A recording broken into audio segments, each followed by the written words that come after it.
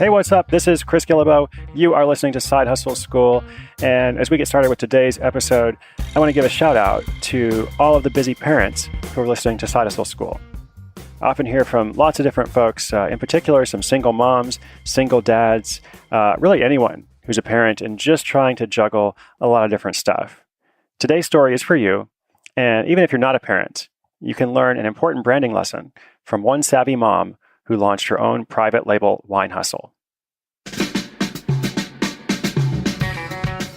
Heather Christian works as an accountant for a San Diego company. She's also a mom, and after having her daughter, she was super stressed out about returning to work. With the burden of trying to show she was still a hard worker, plus trying to be a good mom, getting back to the gym, all this kind of stuff, she told herself one day, "Man, I'm one stressed mommy." The name stuck, and she set out to discover if a mom could really build a business they wanted, starting part-time in between the day job and the whole new world of childcare. The next step was to consider, what should the brand Stressed Mommy sell? Her first idea was that Stressed Mommy was a great name for a brand of wine, and that became her first product.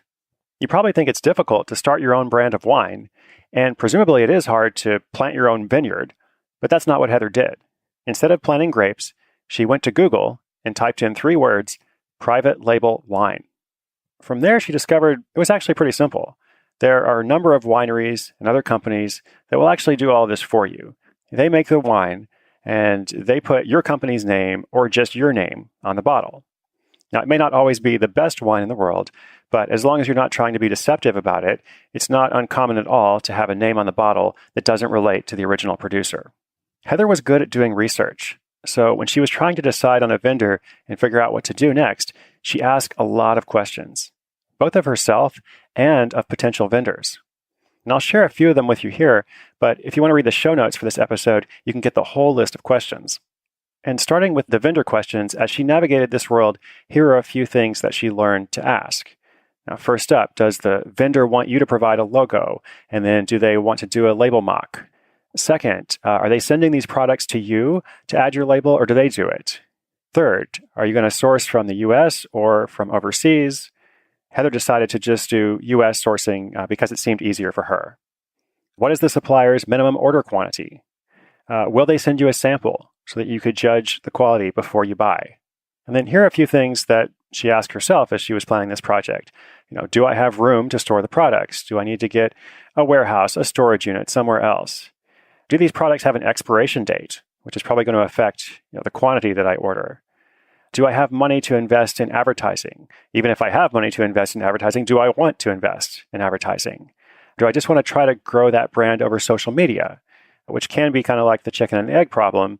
Do you grow a brand, then introduce a product, or do you start with the product and then grow the brand?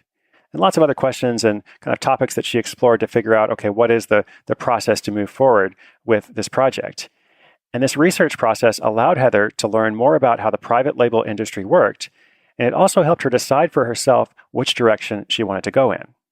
Now, along the same time, she began to learn about drop shipping, where other companies maintain inventory and then ship directly to customers that are provided by Heather.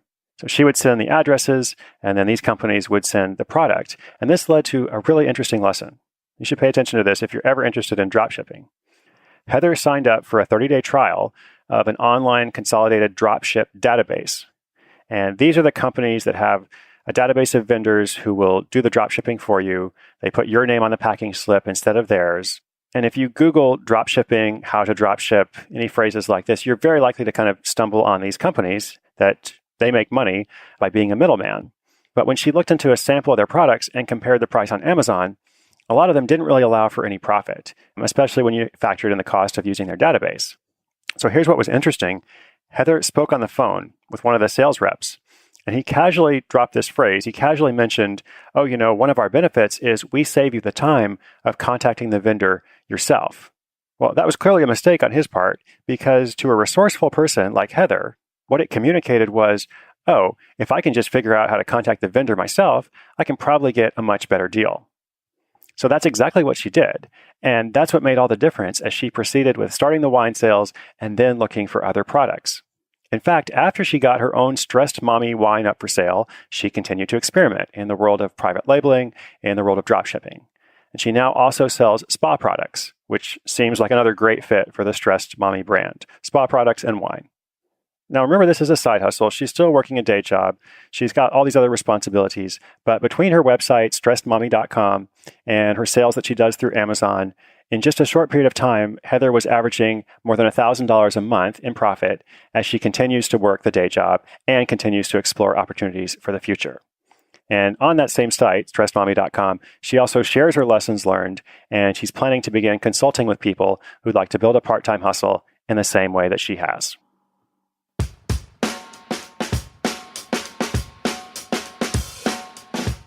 So let's talk about this.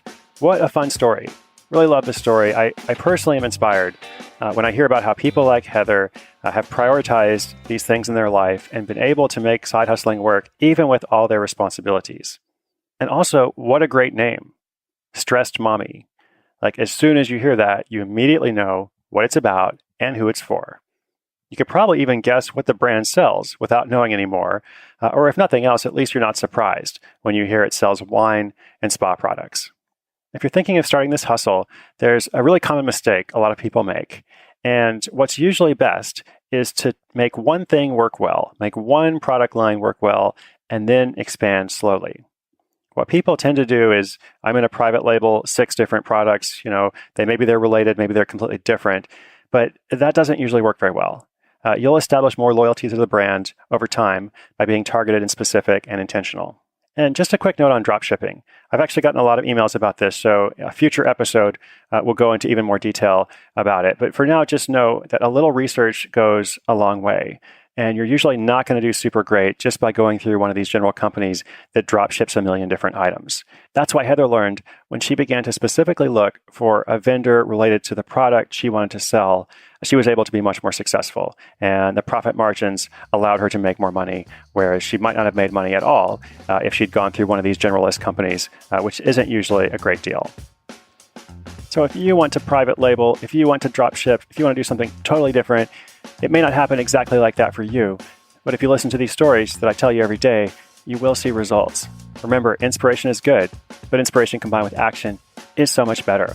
I'd love to say hi to you at sidehustleschool.com. You can send me an email. You can write me on social media using Side Hustle School as the hashtag. I want to make sure you are well supported as we go through this year and work on your hustle.